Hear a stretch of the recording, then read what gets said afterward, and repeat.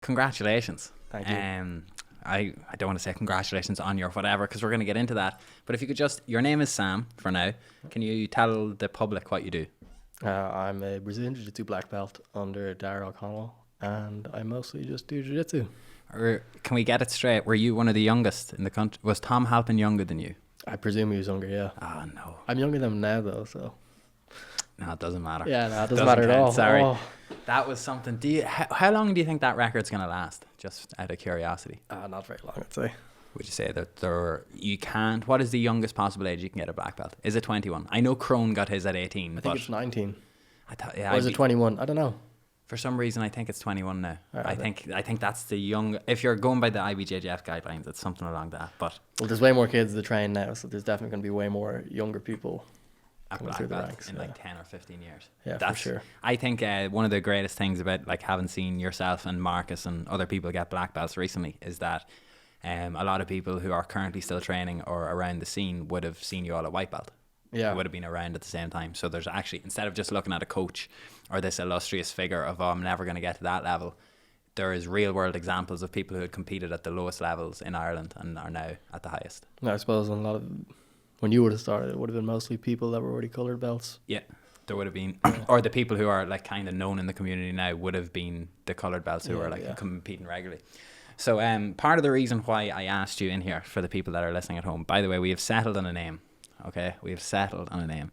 The podcast is going to be called None of You Have Asked Me.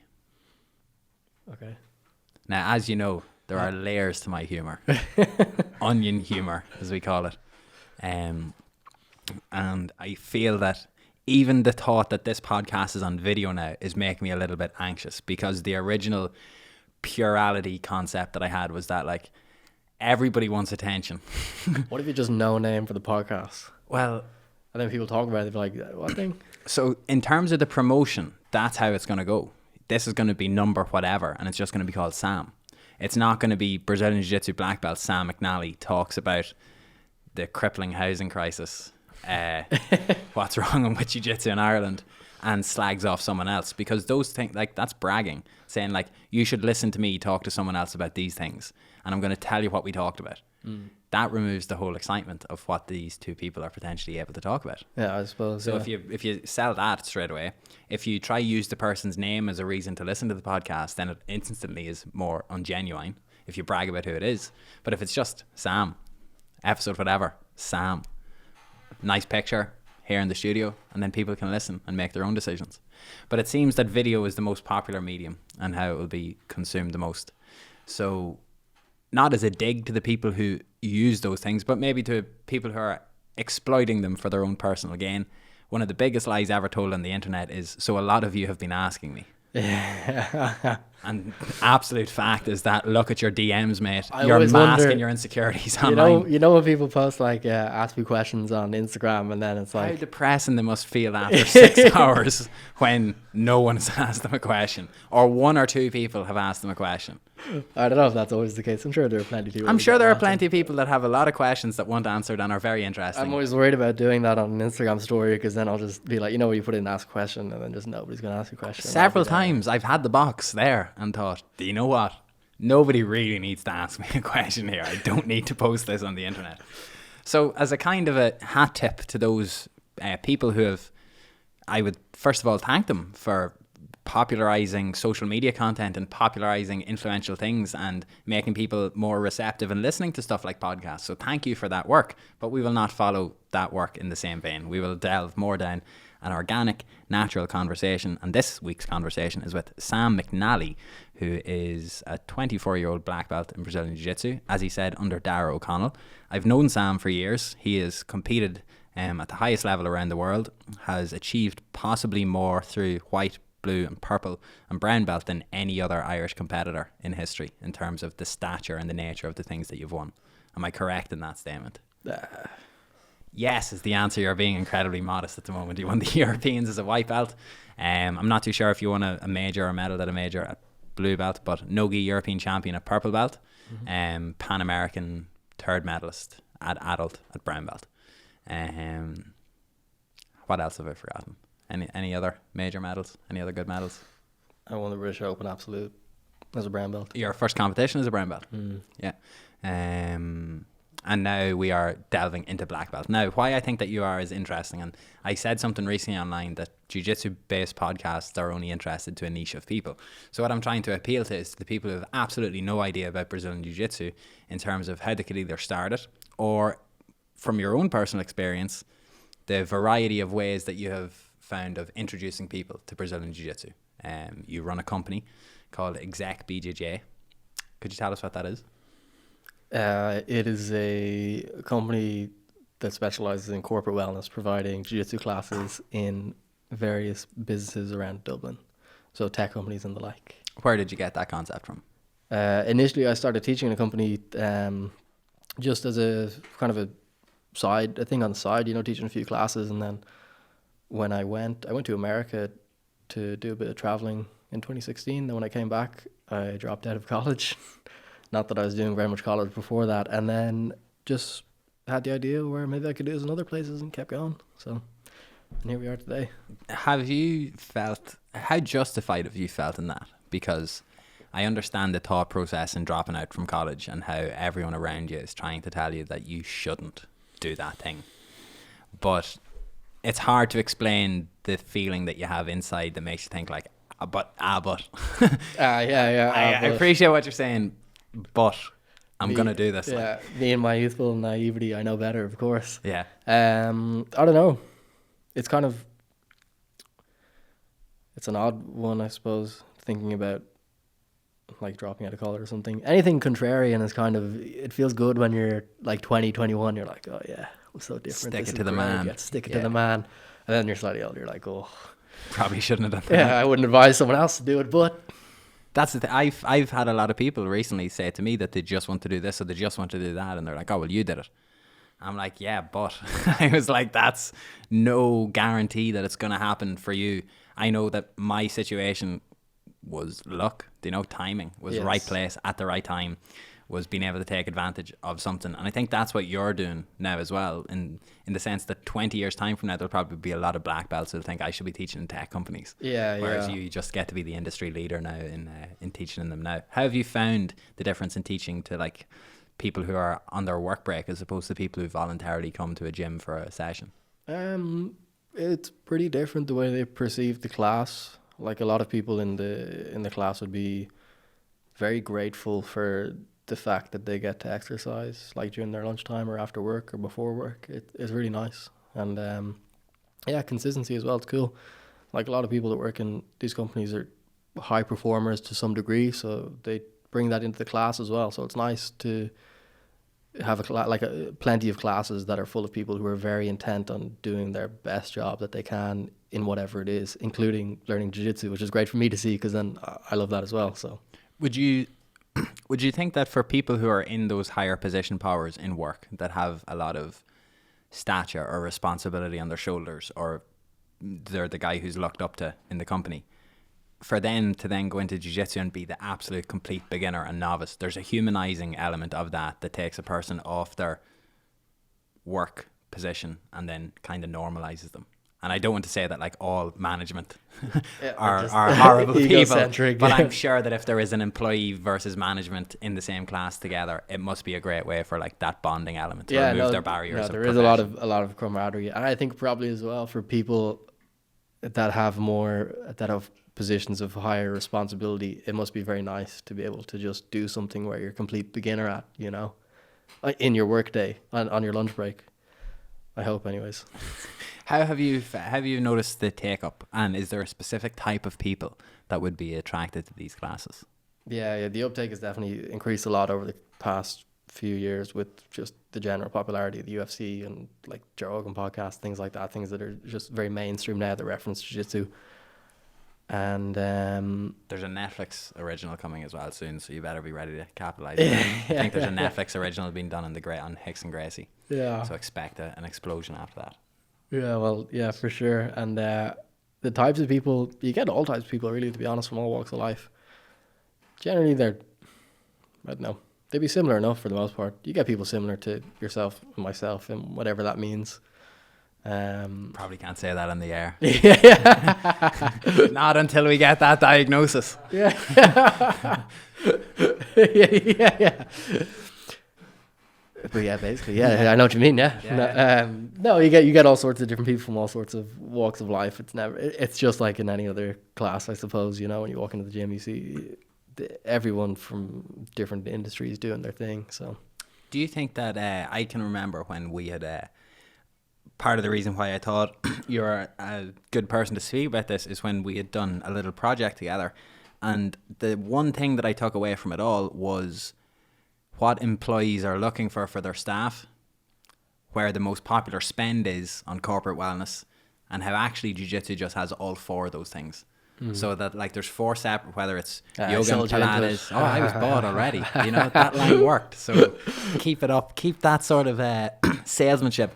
I can't say it as eloquently, but that the yoga and Pilates covers a certain amount of it. Strength and conditioning would be another thing. Mindfulness and weightlifting maybe, or whatever the other thing is. But jiu-jitsu incorporates generally all of these things. Yeah, it's a good amalgamation of the usual corporate wellness activities. Not to just point at you and say, okay, but repeat that. But could you elaborate on that for somebody who's maybe doing a corporate activity now and they're thinking, is there a better one that they could be doing? Or should my company maybe ask? Okay, so now I have to sell jiu-jitsu is what you're trying to say. Sell it basically. again, yes. No, well, my main point is that a lot of things that we see, like, there's such a big health and wellness trend that's going around now. And a lot of that is you know, backed by yoga, Pilates. You get like a lot of healthy eating trends are coming around, strength and conditioning. And, you know, we've had waves of it that have happened, you know, like definitely there was a wave of yoga, wave of Pilates, wave of CrossFit, things like that. And I think that what people are looking for when they're partaking in those activities is to some degree an element of, you know, physical development, like you're obviously trying to develop your strength and your mobility. And there's also an element of kind of your mental fitness, so to speak, of keeping yourself in a healthy state of mind, not as cliche as that sounds, but, you know, having something in your day that allows you to tune out and take some time to yourself to be reflective on what's going on the here and now, as opposed to constantly being bombarded by thoughts of yesterday and tomorrow and things you have to worry about. Whereas if you have something which I think jiu-jitsu covers, an activity where you can spend an hour of your day where you get an intense amount of exercise, but also your brain and your mind is tuned out to a degree that you don't really experience with most other activities that you get so engaged in, you know. I think that that's pretty good. One of the things that gets constantly brought up to me, and I would agree with it, I can remember my very first jiu-jitsu coach, when my own coach was back in Brazil at the time, had said that the endorphins that are released in your brain from activities like jiu-jitsu are the same endorphins that fire off from taking things like ecstasy. And I was 17 or 18 at the time, and he said the difference between doing jiu-jitsu and taking ecstasy is that ecstasy will then burn out that nerve ending in your brain forever, whereas jiu-jitsu grows it. Now, I've since learned that that's stuff like dopamine or serotonin that's been a chemical that's been released by your brain. But is there a difference, in your opinion, on the chemical that gets released from just pure cardio versus just pure jiu-jitsu? Or is it down to the person and what they enjoy doing as exercise? Yeah, I know what you mean. I think there's definitely a deeper thing that goes on with jiu-jitsu, because it's not only something that's physically demanding. There's like a cognitive aspect to it that you're learning. There's a kind of an element of abstractions that you have to be able to comprehend to be able to do jiu-jitsu. You know, it's like people say, like human chess. It's not just moving or rolling around on the ground. There's also an element of it that there's kind of a theory, or there's abstractions that you have to be able to deal with. That, like, obviously if we just try to speak about them to someone who's never even heard of it, there's no point. But, you know, that element of how would I even explain? It's like is the, you know, feeling that you get from playing chess different than the feeling that you get from cardio? For sure, because you're doing completely different things. But when you're doing something like jiu-jitsu, not only are you taking part in, you know, the kind of endorphin releasing exercise, but there's also that kind of incentive reward of trying to learn. The mental gains. Yeah, the mental gains. Yeah, you're trying to learn something, and then you get a little bit closer to learning it, and then maybe you manage to implement that technique, and then you get a little hit of being like, oh, nice, I did it. Okay, what's the next thing I'm going to be able to do? As opposed to just, you know, being like, okay, well, I ran 5 kilometers there. Yeah. And that's not to be bad against other means of fitness and working out, because I think that the number one priority is that everyone should be doing some sort of exercise. But I have just found, like, I couldn't get the same enjoyment from lifting weights as I would from an hour of jiu-jitsu. Yeah. So I was just trying to wonder if there is a... Is one better than the other? Yes, jiu-jitsu is far better. Go to okay. jiu-jitsu and put the weights down. Do jiu-jitsu instead. Leave them. No, leave I also try to lift a few weights, much to my own lack of interest. I think that... So, like, that nearly would bring on a whole separate discussion, which I'm happy to indulge in, but I am conscious that I didn't explain to anyone. Brazilian Jiu-Jitsu is a grappling-based martial art that originated in Brazil after being influenced by traveling teachers from Japan, from the style of judo. A family called the Gracie family invented or popularized Brazilian Jiu-Jitsu, and more popularly, Royce Gracie went into UFC 1 and won the first mixed martial arts, effectively, tournament in the world.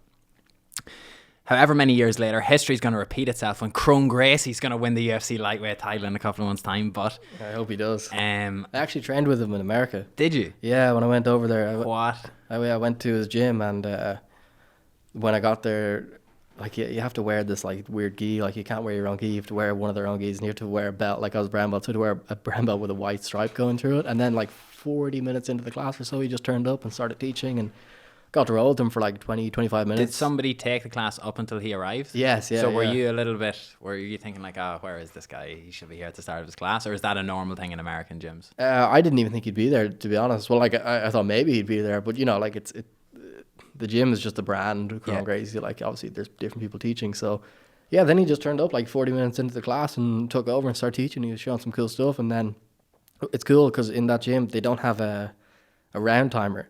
So it was just Kron saying when you start and when you stop. So it was really good, and I got trained with him, and he was insanely good. Really? Yeah, he was really, really good at submissions, and really good at loop choke. That was what I noticed. Or could remember.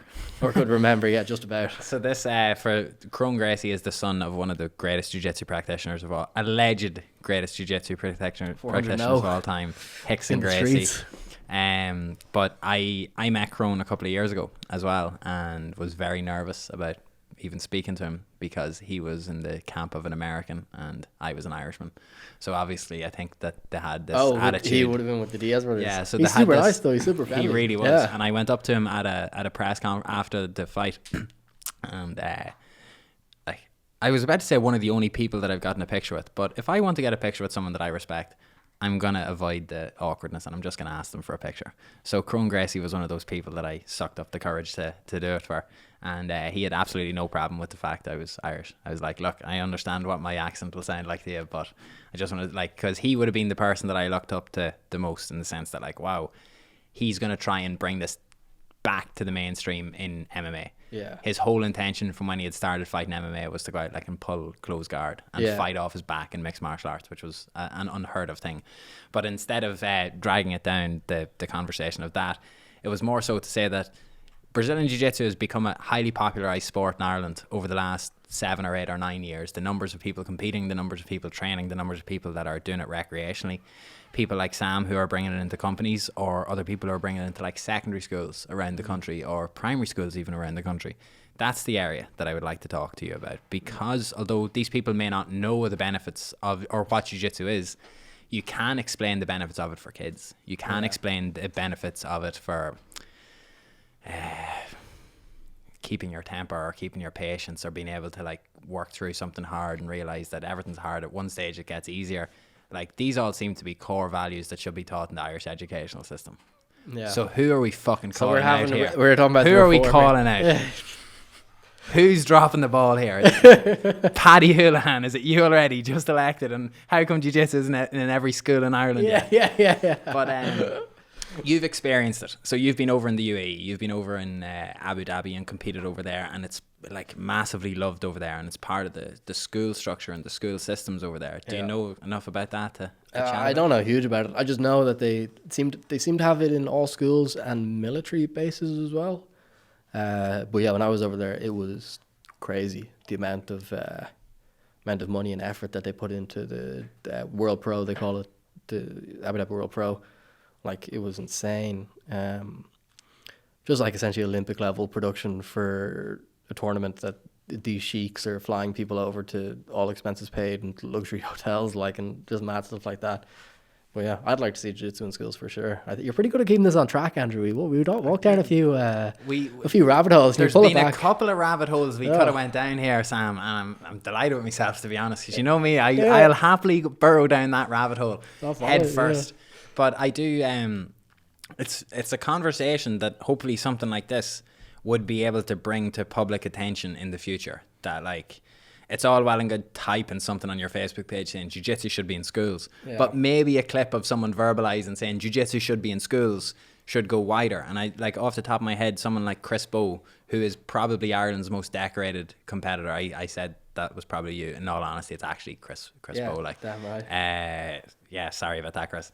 But Chris is also a secondary school teacher, and he's a PE teacher, and he understands exactly why. And even your coach Dara got introduced to it through a transition year module by his previous coach.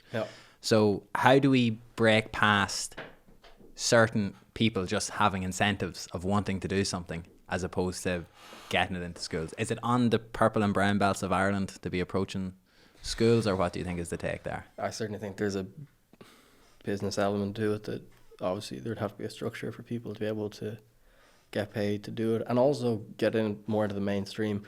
But I do agree with you that obviously we're very biased because we're about training, but there's definitely a huge amount of benefits. I think there'd be a huge amount of benefits for for a more focused exercise program for children in general, because I think, I'm no scientist, so I don't know what study to cite. I just heard this in passing a while ago, that like something like it must be true then. It must be true, yeah. That like 1% of school children up to the age of 8 maybe can do like normal, general exercise moves properly, like run, skip, walk, jump, something like that. Now I don't know that for sure, so don't quote me on it. But Too late. What? Too late. Too late. Here, Sam McNally says.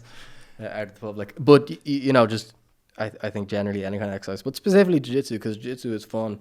And also it's cool as well, especially in Monkstown, where I train in East Coast Jiu-Jitsu Academy. Marcus runs the kids program there, and like it's been going on for a few years now. And it's cool just to see the kids transform into... As people into something different than when they started, like something completely different when they started, like there's... Especially with kids, because it's as if they don't really know what they're doing when they first start training. When you watch them rolling around, they're just smiling, and they certainly couldn't explain to you what they're doing. But a few years of training and they turn into something different, Entirely different. Yeah. I think children are more applicable to pick up jiu-jitsu because their bodies are more bendy. Yeah. I know, like having a lighter, more advanced style jiu-jitsu instructor teaching kids, I think is very beneficial, in the sense that like, these children's bodies are manipulative as well, like this flexible person, so they may not understand why they're doing it, but conditioning their body to doing the motions will mean after a couple of years they'll start understanding why their body is doing those things. Yeah, for sure. Okay then. When it comes down to like, and I've seen that as well, I've seen people who are maybe 13 or 14 now, 19 or 20, and in the gym, and like these people have grown up through adolescence and been molded by jiu-jitsu and just become such better, I don't want to say such better people as if they were horrible people when they were 14, but no, I know what you mean. There's like where I train as well, there's some kids in the gym who are like, like you wouldn't imagine that they are the way they are now, but you can see how much of an effect wanting to turn up and go roll every single day has on their sense of discipline and humility and lack of ego, and just so much stuff that that's kind of an overstatement to say you're not going to find that anywhere else, but it'd be very hard to find that in your general activities of a 14 to 16 year old. I would agree, and I think one of the biggest things that if we could highlight a side benefit is that the lack of ego. Is that obviously there has to be a certain amount of ego within jiu-jitsu or within an athlete or a competitor. I understand that, but when it comes to like dealing with situations then outside of your life, outside of the mats, like you see so many fights that happen on streets, or you see how many arguments people get into, and they're always people that haven't a single day's training in their life. Oh, so much. Yeah. So my take on that is that when you do something and you realize how powerful or strong it actually can be, like you don't know who anyone is on the street. So like the best thing is not to fight anybody, full stop. But I don't know. I can't explain that as well as I'd like to be able. Yeah, well, it's very civilizing, I suppose. It's like you don't know what weapons each person holds, so you might as well not try to find out, you know? Just run. Just run. Let them enjoy their day. Yeah, if you can learn to respect your own abilities, you're more cautious of other people, I suppose. A couple of months ago, you said something to me that I never wrap my head around, but I understand it now, is that the future, and I'm paraphrasing you on this, I'm semi-quoting you on this, the future is based around coding. Yeah. You don't need to learn how to do something else at the moment. You don't need to waste your time on something else. It's probably around coding and development. Why? Oh, I think not every single person. I think every single person who will have the mental capacity to be able to learn to program will do it. For sure. Because there's so much stuff that we use that's technology now, and there's going to be so much more stuff that we're going to use that'll be technology based that, you know. But why would I need to learn that if I'm not going to make the technology? For you specifically? Yeah, just use me as an example, because I know you tried to explain coding and programming to me before, and I thought that the only way I'd understand it this time is if there was actually a page in front of me and you were able to like draw something out. Because having the conversation, I was like, I understand the words that he's saying, but I can't apply them in the process of what a code is, or what Bitcoin is, or what the blockchain is and stuff like that. Like that just goes over my head. Well, I'm definitely no expert in. There's huge money in that as well. Yeah, like, that's why I don't want it to go over my head. I'm like, come on now, take your time. I'm definitely no expert in anything really, but no, I think that, like, I don't know, there's just so much stuff that's going on when you look around on the internet, like especially like our computational power for categorizing and predict, like not so much for predicting, but for being able to categorize things, especially in stuff like medicine, and most of it now you get like marketing. Like look at how targeted Facebook ads are to you. Yeah, that's not by accident, you know. That's tons and tons of hard work of people being able to figure out what are these attributes that are going to, you know, specify these ads towards this person. It's like the realm of scope that we have for being able to develop that into other areas is huge. Like if you imagine for medicine, if you could understand the factors that are determining illnesses in the same way you can understand the factors that are determining someone to click on an ad, you know. Oh, like, well, yeah. Okay. Who knows where that leads to? That's just my own thoughts when I go down little rabbit holes of looking at what's going on in the world. No, but that's I understand that point. Yeah, but there's also when putting that like line by line with the other thing, I can get behind on that. Like. Oh, well, yeah, that's about. Why do you think though that is it for entrepreneurship? Do you think that it can be a better skill for someone in the future? Because I know you've been in situations before through like whether designing things or creating things. Why pay someone to design a website if through your own teaching and learning you can build your own website? Oh, well, definitely pay someone to do something better than you can do it, for sure. Oh, but no, I think as well for stuff like that, I don't know, when you let's say if you want to start a business of making mugs, for example, but you want to sell a lot of mugs, just using the mug in front of me here, it's like if you're going to sell a load of mugs, you're probably not going to have the capital to be able to invest in getting loads of mugs, but you might have the time to be able to invest in producing your own initial source of mugs, to then be able to raise the funds to reinvest in the equipment to produce more and more mugs until you can eventually like sell them on to hire someone to build your mugs for you. That's kind of my thought. But now the realm of production that we're seeing emerging the fastest is all technology based. Unless you really like mugs. I do think they're a great market. I think like mugs, taxes. You could have a mug club for the podcast. People are always a mug. What? Sorry? A mug club for the podcast where you subscribe to your podcast and you get a mug. You ever see people do that? Like a Patreon or something. Yeah, like they that. like Patreon, like t-shirts, mugs, things like that. Write that down. Yeah. Idea number 1 on the Patreon. Yeah. A mug. How to monetize this conversation. We could, yeah, but I'm gonna have to now just stick to something now. I don't want to call it the McNally mug, but it might have to be called the McNally mug. Yeah, well, you put my face on it. Just small commission. I'm grand with that. Like. Yeah, 10% off every sale with your face on a coffee mug on it. I'd be happy with that. Where do you see yourself in a year?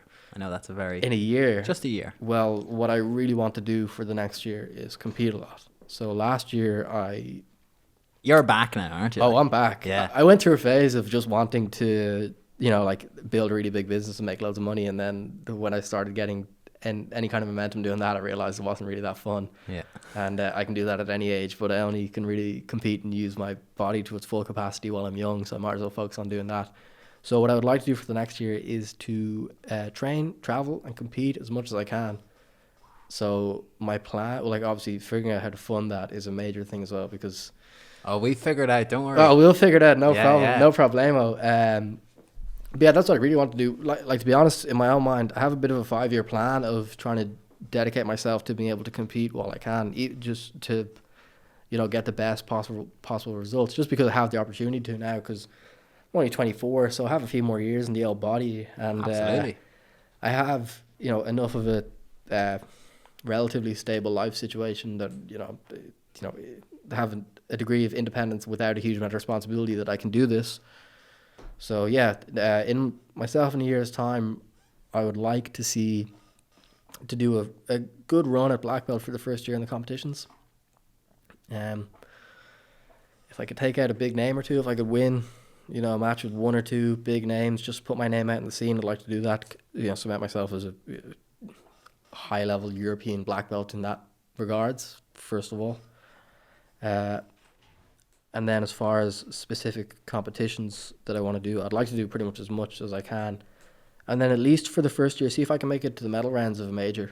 If I could get a medal at one major in my first year, that'd be great. So for those that don't know, this competition circuit and system that Sam will be competing on, you will have to qualify for stuff like the Europeans and the World Championships. Yeah, you got to qualify for all the majors. So you will qualify, and the Pans. Yeah, you got to qualify for all. So you will qualify for those through regional competitions throughout Europe or further abroad. Yeah.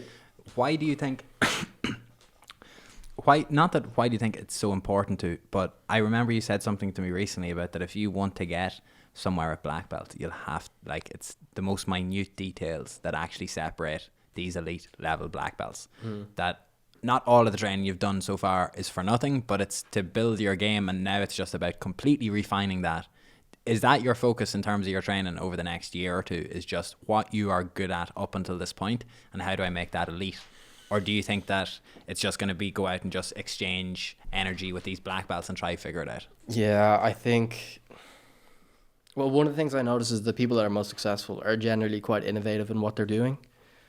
So if you're trying to win with the techniques that everyone else is winning with, there's a lot of people that have done it for a lot longer and do it a lot better than you. So I feel for myself, I'll definitely have to look at my own game and try put together some more innovative techniques that I can use in the tournaments to kind of give myself an opportunity to play a game that I can spend a lot of time practicing doing that other people won't have a lot of time practicing defending against. That's one thing.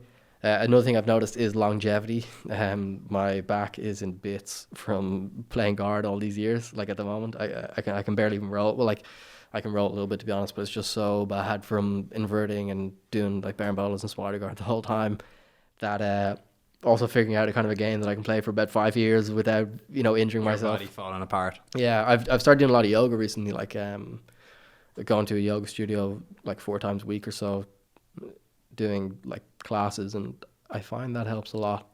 But also being mindful in training of having a game that I can also use to keep my body in good shape, not constantly being like stacked over my head and smushed the whole time. And yeah, that kind of stuff. Unfortunately though, that's fun training. That is fun training. That is the best fun and that's training. what leads to degenerative discs. Yeah, they're the most fun techniques as well, or they're the coolest looking techniques. So my theory of what to do is to have some of those moves in my arsenal, but also definitely refine a style that's less impactful on my body. I don't want to quote you from 2015 or 2016, but I very much remember after you won the British Open at purple belt, you posted a picture of you armbarring someone, and your thoughts on the day were that jiu-jitsu is evolving so much that it's leaving the original game to evolve in the same way, but people are too busy focusing on the evolving forms of jiu-jitsu instead of realizing that you can apply the same evolutionary concepts to an armbar from close guard. Man, you know me better than I know me. Am I right with You that? remember more things than I remember. There you go. Yeah, no, you're dead right. I totally believe that as well. Let's just put that in for the medical diagnosis as well, because we need as much proof as possible here. So that's okay. Sorry, continue. So don't want to be too literal here for you, but no.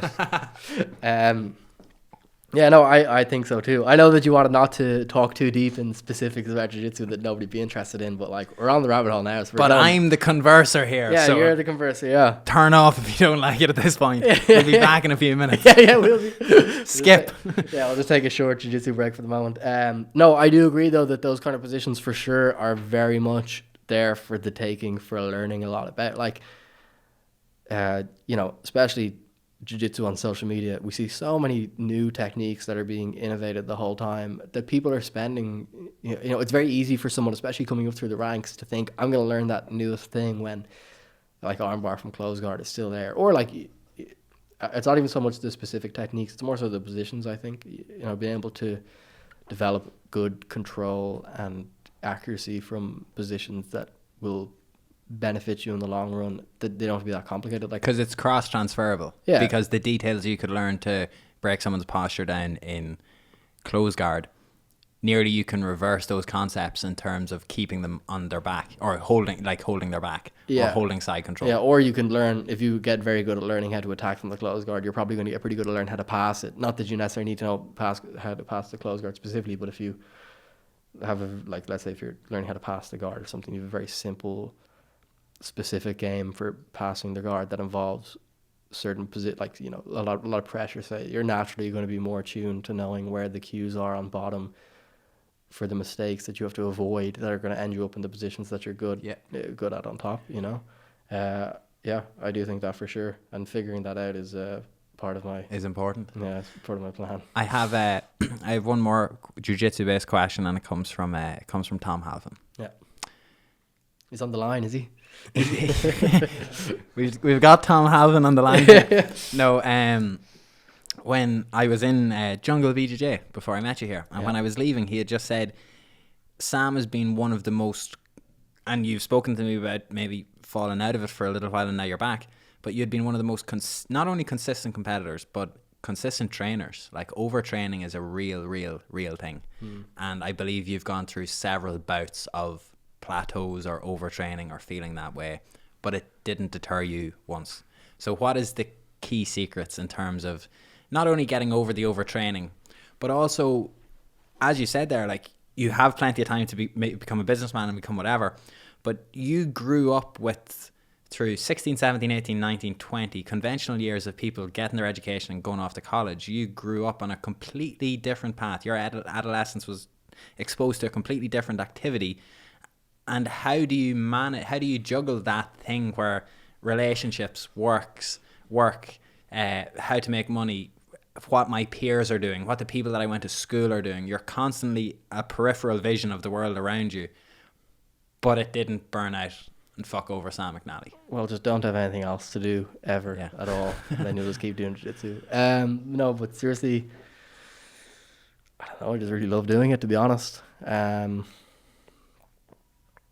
I think as well, for people, not to cast judgment, but for people that I see that maybe do fall out of it, or do do kind of ease up on training, or to the degree that they're not interested in doing it anymore, or sometimes you just see people in very much that their whole life revolves around jiu-jitsu, and then all of a sudden it doesn't, and they, that makes me worried for that person. Yeah, well, sometimes, like, that's the whole cliche of, and I'm not a coach. Yeah, well, they left the cult. Yeah, so we want you to come. We about how a member who's left is always the most welcome back, and the coach is always delighted to see them and stuff like that. That's all true, but it's an internal dialogue that person may play in their own head while they're not in the gym that prevents them from coming back. Yeah, I think a lot of it is to do with how you perceive yourself and what you're doing. If it's like it's very irrational to say that you do something because you love it. Like how do you explain that? Like, how do you explain that you just do something because you love it? I think whatever you should do it because you love it, not because somebody else is telling you to do it, or because you're seeking the validation of other people through whatever means that may be. Like, it's very easy to get that from social media nowadays. You know, it's very, very easy just to sit on your phone and watch the little counter of likes, you know, pop up, and you say, okay, well, I'm doing the right thing here. And then all of a sudden, if that doesn't work out, or you know, your own perception of what yourself on that platform doesn't align with how real life is, and you go, well, might as well pack this one in, you know, start something else. Yeah, that I think that, like, those types of kind of peaks or kind of valleys are easy to fall into, you know. But also, like, what do I know, really? But I just didn't have anything else to do. Even forget about the other distractions line of things, because obviously people can have varying levels of connection with jiu-jitsu, and it's influenced based off their own success on the mats privately. Yeah. Because although you're based off competition results, the reason it keeps you coming back is because of how much you enjoy the actual training. Yeah. You know, it's not because of your results in competition. Well, if you're doing it for anything other than your own personal development, you're not going to stick it out. You know, it's not going to be worthwhile, because all, like, stuff that you think matters now, 3 years down the line, won't matter in the same way. You know, or especially, it's more so stuff that you thought that was really important 3 years ago. Yeah. Probably doesn't have the same weight as it does now. You know, because you think, oh, what was I thinking? You know, being a silly kid thinking that was important. That wasn't that important. You know, this stuff is important. So if what you're doing isn't based around, you know, a kind of a love of doing it, and also, you know, your own internal motivation based upon your own goal that's, you know, yours, you know, because it has to be yours. You can't, like, someone can't say to you, you should try win a jiu-jitsu world championship. Yeah, exactly. Yeah, no, that's exactly it. Should have to want to do that themselves. Yeah. I don't know. It's easy to use such, like, new age, like, oh, be true to yourself. You know, you just gotta be true to yourself, man. But bro. But no, I think it definitely has to be. You know, you got to see what you could be, and then be wanting that more than you want to do anything else, that you keep doing it. Yeah. If I could put that into a sentence. I haven't said oaths in relation to anything you said there, but I'll give you a wee oaths for that. How are we for time? Just because I have one or two things. 47 minutes. 47 minutes. That's, you see, you wouldn't have even thought that. And it's just gone 4 o'clock. So. Okay then. So I've like to focus this onto one, not semi particularly rabbit hole, but why, based off conversations we've had over the years, based off my photographic memory in relation to seeing things on the internet. Extreme literalism. Yeah, whatever you want to call it.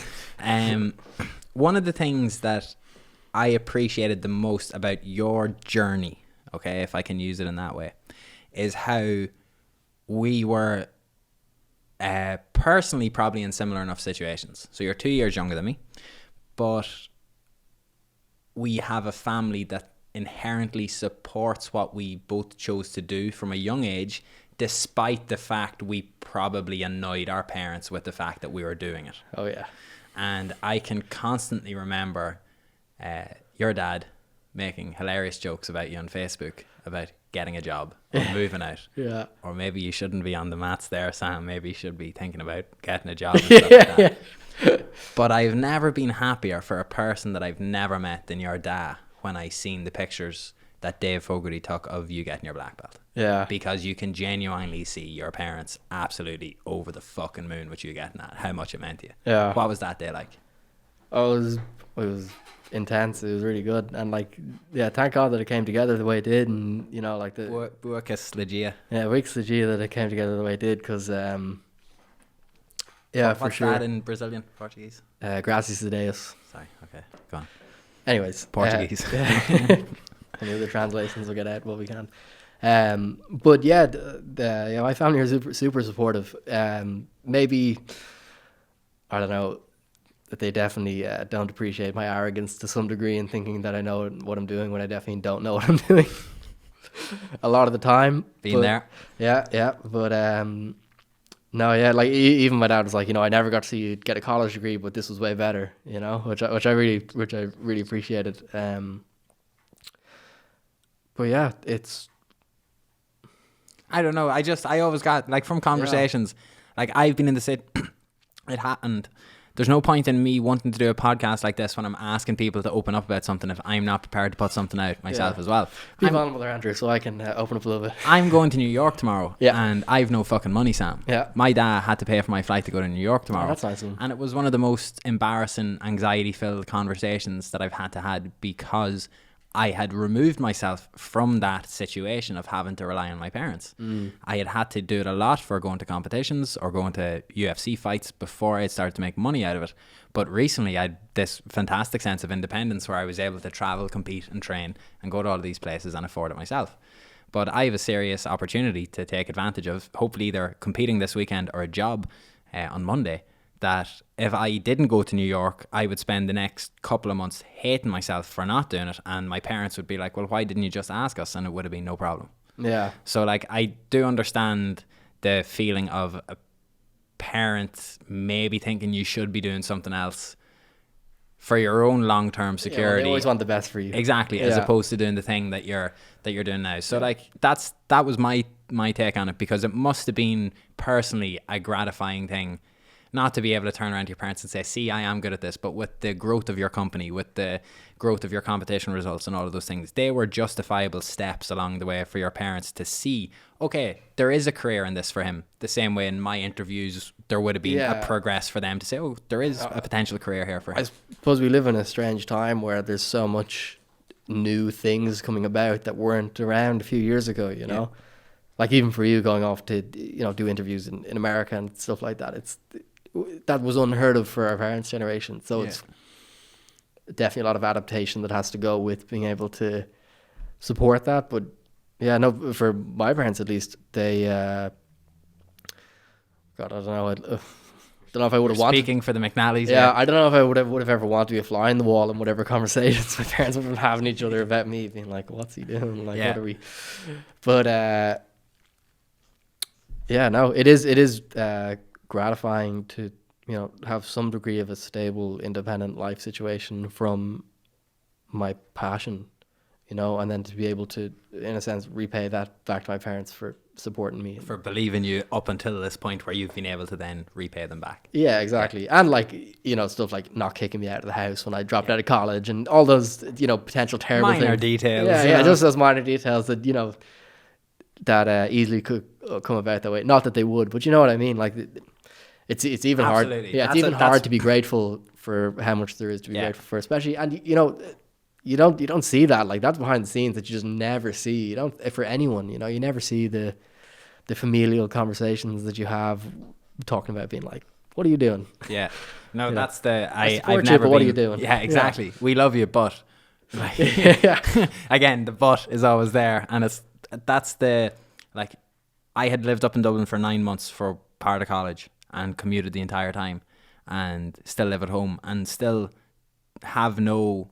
Like, I know that Irish young males are stigmatized around maybe living at home, or that you need to not be living at home. But I'm the opposite now. I'm actually looking at it being like, why would you put yourself under the pressure of trying to find somewhere to live in how bad the renting economy or whatever in Ireland is at the moment? Aside from the lack of money making current opportunities I may or may not have, it has always been something that, like, why wouldn't you try and stay at home for as long as possible? Yeah. But I think that my mindset has always been of a creative type of person, that I could have moved out a long time ago if I had a normal job. Yeah, well, that's... You have a 9-to-5 job with a contract that you can't get fired from if you work somewhere where you need to get loads of warnings before they can get rid of you. Like, I actually think that that's one of the more soul-destroying things. My hot take to finish this is that the people that are, I don't want to say stuck in that routine, but they're the people that are most negative on the internet. They're the people that are the ones that are causing arguments on the journal because they're so pissed off with the rest of their world, the rest of their life, that they're like... Yeah, well, there is a balance there. I think, like... And I'm not going to get into the habit of saying ridiculous statements and then allowing people to come at me for not saying that properly. If you are working a 9-to-5 job, I have the most respect for you in the world, because you're doing it for a purpose. You may not be doing it for a passion, but you're doing it to support something else, whether it's to put a head over your family's house, to keep yourself sane, to keep yourself right. 100%. I'm not shitting on that. I just know the way my brain works. I would not be fit for that anymore. Yeah, I think it's definitely different for different people, I suppose. For me, I feel like I need to put the pressure on myself of, you know, paying rent every month and paying all my bills and stuff, because that's, otherwise I'm just stagnant, and, you know, I'll just easily just be It's how you work, basically. Yeah, it's how a I fire work. lit under you. Yeah, exactly. Yeah. I definitely need to be carrying the responsibility. Otherwise, I don't do very much. Just, you know, I know that about myself. But yeah, it's a strange time, because there's a lot of opportunity to be able to do it outside of, you know, to have a job outside of an office. That, you know, the Or whole to make a living unconventionally. the whole like 4-hour work week business model is a real thing now, especially with the internet, especially with being able to work remotely, and how we negotiate that, or how people should use that. I don't know. I'm pretty pro the idea of having a stable 9-to-5 job, just because obviously, you know, some people, like, you see these like kind of like guru type people on the internet, like everyone can be rich, everyone can go work for themselves. You know, that's like, no, that's not true, because people, you need people to do some jobs that other people don't want to do, and to get paid well for it, so that they do it, you know. But there's definitely a huge amount of opportunity in the landscape for. Now, also, we live in a little bubble as well at the same time, where, you know, the economy is booming, and all that stuff could come to a tumbling crash, and, you know. So they say. It will again. Yeah, they probably will again. And And then, face 2 recessions. yeah, we're all going to be sitting there broke probably at some stage. And everyone will be doing jiu-jitsu.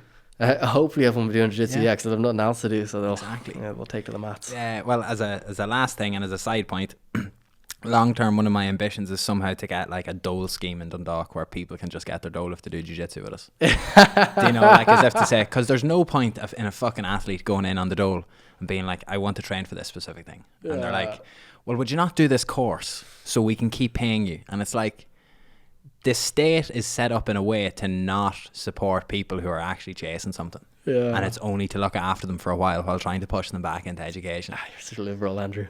I just think that there should be something like that available. And my next hottest take for you is that I think that it should be mandatory that when you turn 18 you get registered to vote. And I think that the reason that's not a law is because all of the old previous generation of politicians know that the young mind is ready to be radicalised in Ireland in 2019. And I think if you made everyone over the age of 18 eligible to vote, I think in the next general election our government would change forever. Yeah, I don't know if that'd be for the best, though. I know not your forte. Us young people don't know very much, so why would we? I think. Why would we presume that we do? Well, here's my like map of why I think it is. Gay marriage and abortion is now legalised up north. Yeah. But only if they don't come back to the government after the 21st of October. So it's been ruled from Westminster that if they don't get Stormont together, which the DUP are basically holding up, that they won't get. Yeah, no, I follow this, yeah. I think that the DUP will now run back to try and stop that. Sinn Féin will say, actually, no, we're just going to let this pass. And then after October, we'll have it. However, I think that young people in the north specifically need to realise that they have had no government for the last 2+ years and the country hasn't fallen apart. So now we're on to politics. Yeah, no. So just to finish, to get involved, and it's like I never know what this podcast or conversation would ever become, but I do know that the medium of video and the medium of speaking something like that is a way to put a question out there. That why isn't it that when you turn 18 you should be automatically registered to vote? Why are you stopping an adult citizen from being able to democratically give their voice? I've had this conversation with people all week. They've never voted. Well, nobody can stop it, but I think one of the great freedoms that we have is to be able to choose to participate or not in many different. So don't factions. Rock up on the day and say I'd like to vote, and then sorry, you didn't fill out this form in time to allow you to be able to. There shouldn't be so many barriers towards people registering to become voters. That's minor semantics, but I do understand your sentiment. But I'd also say that the path to hell is paved with good intentions, and we should express utmost humility in the things that we think that we know, because we probably know far less than we do. Well, you see, that's the campaign line for the political party. Yeah. You know, this is our new political party, young, which is what we're really trying to announce to you now. Is that I wanted to finish it on something that we would have a conversation like about outside of here, because low key, and shout out to them, Irish Simpsons fans on Facebook, they're going to become a political party. IFS will become a political party. I'm calling it now. I'm just saying it now. IFS, Irish Simpsons fans, will become a political party. And instead of their actual faces on election posters, it will be Simpson caricatures on election posters in their towns. Yeah. If you want to get a new political party in Ireland, that's how you do it. Irish Simpsons fans, I'll send you the invoice afterwards. What's your plans for the rest of the day? Tell the world. Where are you going now? You're going to teach jiu-jitsu? Yeah, I'm gonna go teach in a bit. I'm gonna grab a coffee and then go teach 2 classes, and then I'm gonna go home to bed. Excellent. That'll be that. What about yourself? You're doing another podcast straight after this? Yes. So the grind continues. Yes. We have no Alana here. Alana is she's a producer and she would help a lot with asking questions. So I'm going to ask Shane. What would you ask Sam here for the last question? He's just shaking his head, but That was brilliant. You nailed it all. oh my God, there we go. Connor, any thoughts on this man? Who's your favourite Simpsons character? Who's my favourite Simpsons character? Ooh. And why? Do you remember that guy who thought he was Michael Jackson in the mental hospital? Him. Yeah. Yeah, him. Numerous reasons. We don't need to get into them. Just him. I'll leave it on that. Okay. Yeah. Sam McNally. Andrew, thank you very much. Thank you very much. I need to get these handshakes in line because I keep slipping out of the handshake. Yeah, we should get a smaller table. Yeah. Beautiful. Oh, how weird does your ears feel now that you've taken those off? That's bizarre. It's good though. Yeah, that was You great. don't realise it. Great podcast, Andrew. You know so much about me that I didn't know that you would remember.